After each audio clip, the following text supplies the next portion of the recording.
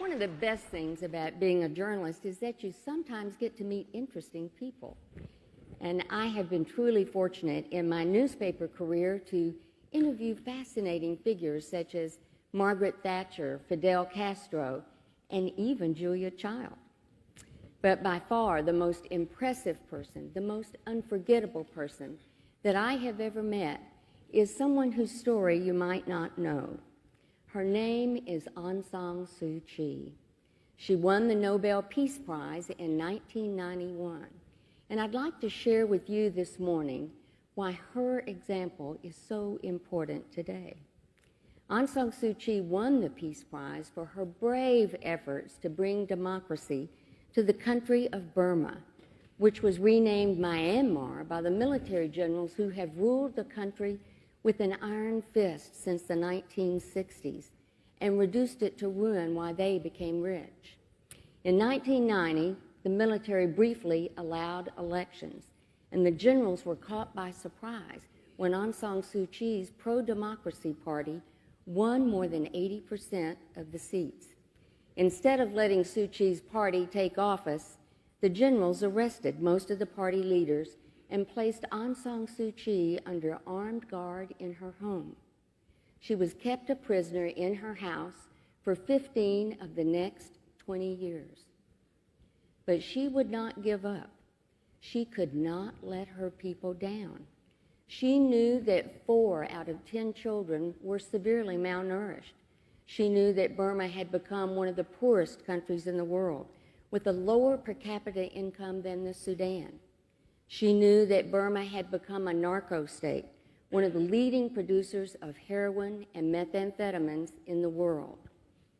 So she could not give up. Whenever the military would allow her to leave her house, she would go back out and encourage the people to be brave, to be noble, to keep working for democracy. And when she did, the generals would lock her up again. Several times she had to sell her furnishings to get food, but she wouldn't let go. She sent word out from her house, tell the people not to be afraid. Her own life was constantly at risk. Paid thugs battered her supporters and smashed her car windows. Soldiers stopped her car on the road and barricaded her inside her car for days on end. Once she was trapped in her car for 9 days. But she went back out.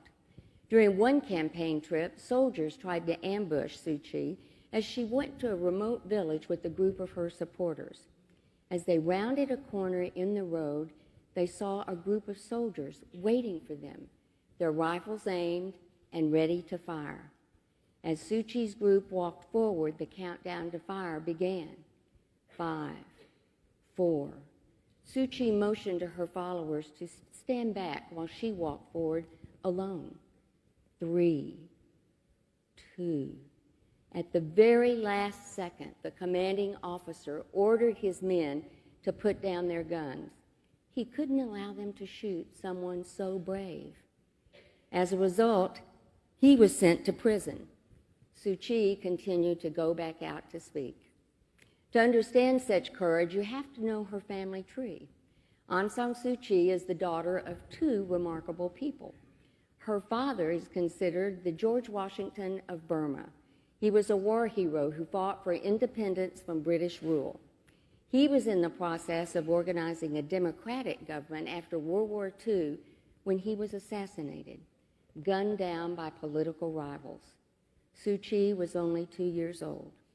She was brought up by her mother, Khin Kyi. Khin Kyi was a nurse who became a national leader in her own right, elected to parliament and named ambassador to India.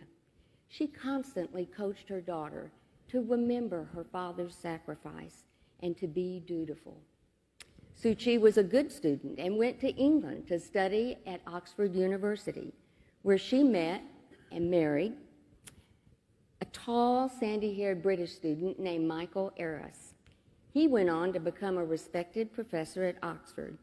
Suu Kyi settled into university life as a faculty wife and mother of 2 sons, Alexander and Kim. She was known as a perfectionist mom in the neighborhood. She not only ironed her husband's shirts, she ironed his socks.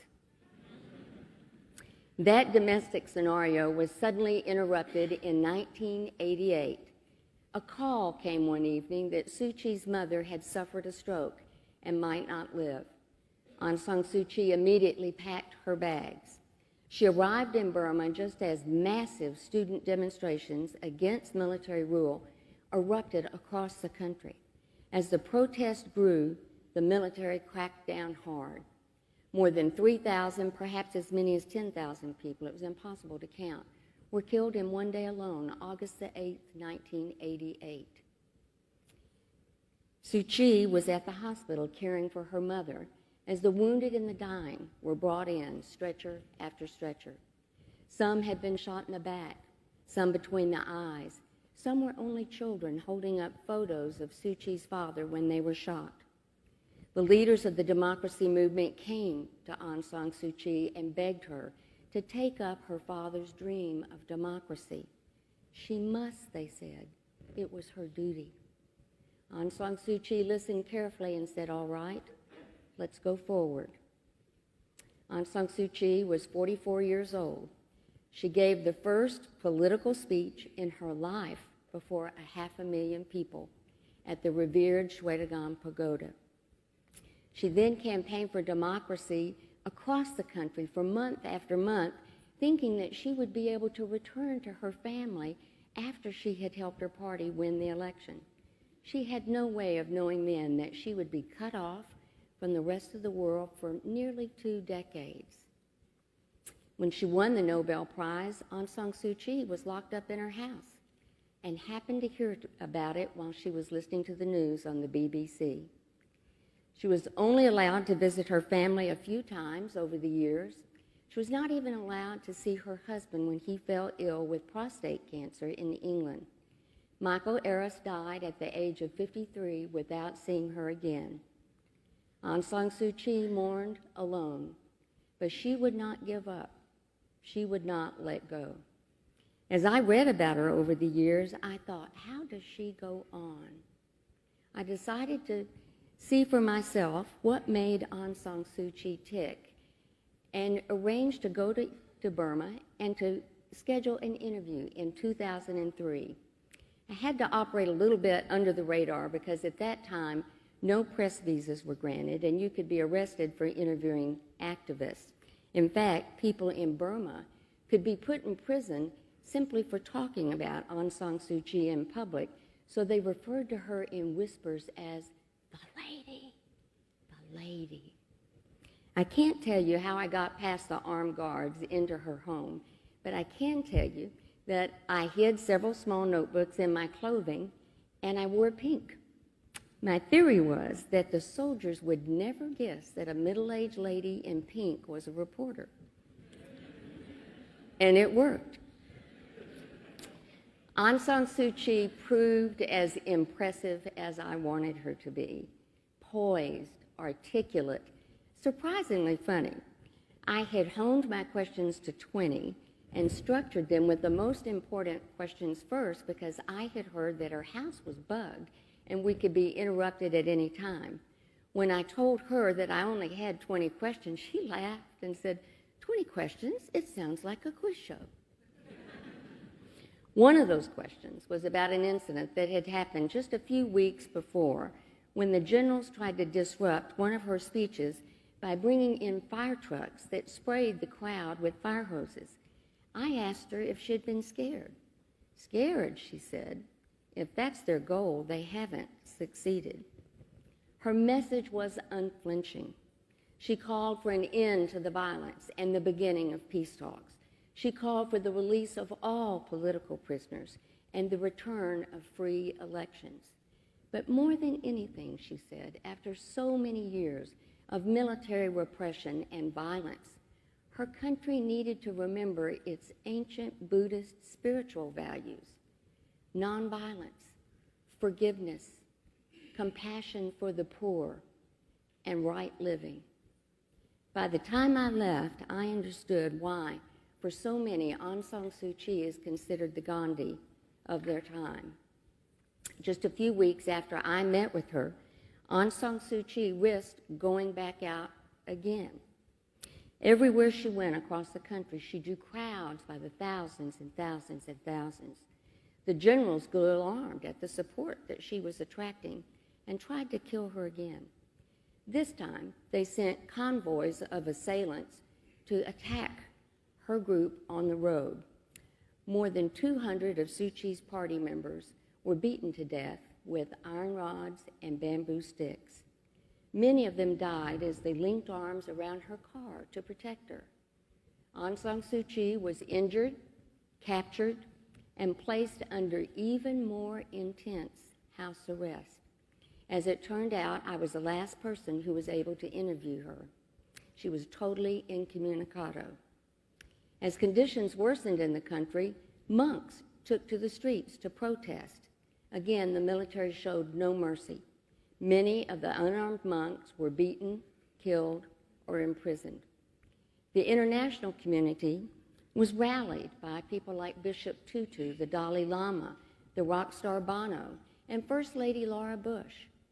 They ratcheted up the pressure for Aung San Suu Kyi's release, and it helped. The good news is that in November 2010, the military government, worn down by international sanctions and pressure, released Aung San Suu Kyi. And she went right back out again, ran for parliament to fill a vacancy, and won in a landslide. She was finally able to leave the country to give her Nobel Prize acceptance speech and to see her sons and to meet the people who had worked so hard for her release over the years. Today, Burma is still dominated by the military, but they have released most of the political prisoners, allowed independent newspapers to operate, and have opened the economy. Today, when you visit Rangoon, instead of a soldier on every corner, there are businessmen in every hotel trying to make deals. Companies like GE, Ford, Coca-Cola, and MasterCard are all banking that Burma will be the new Gold Coast of Asia. Starbucks says they're on their way. But the bad news is that violence has not stopped against ethnic people, Christians, and Muslims. Corruption is rampant. Drug production has gone up. 75% of the people still lack electricity. The problem is that real change can't come to Burma so long as the military controls all the top posts and the majority of parliament. But in 2015, there will be full parliamentary elections, and that could be a hinge moment for Burma, an inflection point. All the seats in the presidency will be up for grabs. The question of the hour is, will the military allow changes to the Constitution, which they imposed, to allow for broader representation? For example, Aung San Suu Kyi has said she would like to serve as president, but until the Constitution is reformed, she can't run, and former generals can. Now, as much as ever before, the international community, the business community, all the people of the planet Earth need to keep up the pressure for true reform in Burma. A true transition from military rule would send a powerful message to people who are struggling for freedom around the world. For the U.S., it would provide strategic balance to China's position in the region. For all of us, it would be a demonstration of what the Nobel Committee called the power of good. You know, the truth is, there is enough misery in the world caused by human beings. We need more leaders like Aung San Suu Kyi in the spotlight to remind us of the ancient values of duty and honor, to mobilize the best in us. In 2015, Aung San Suu Kyi will be 70 years old. You know, when we talk about 70, we talk about retiring. But the lady is not retiring. She is going back out. Aung San Suu Kyi will not let go until her country sees better days, and neither should we. Thank you very much.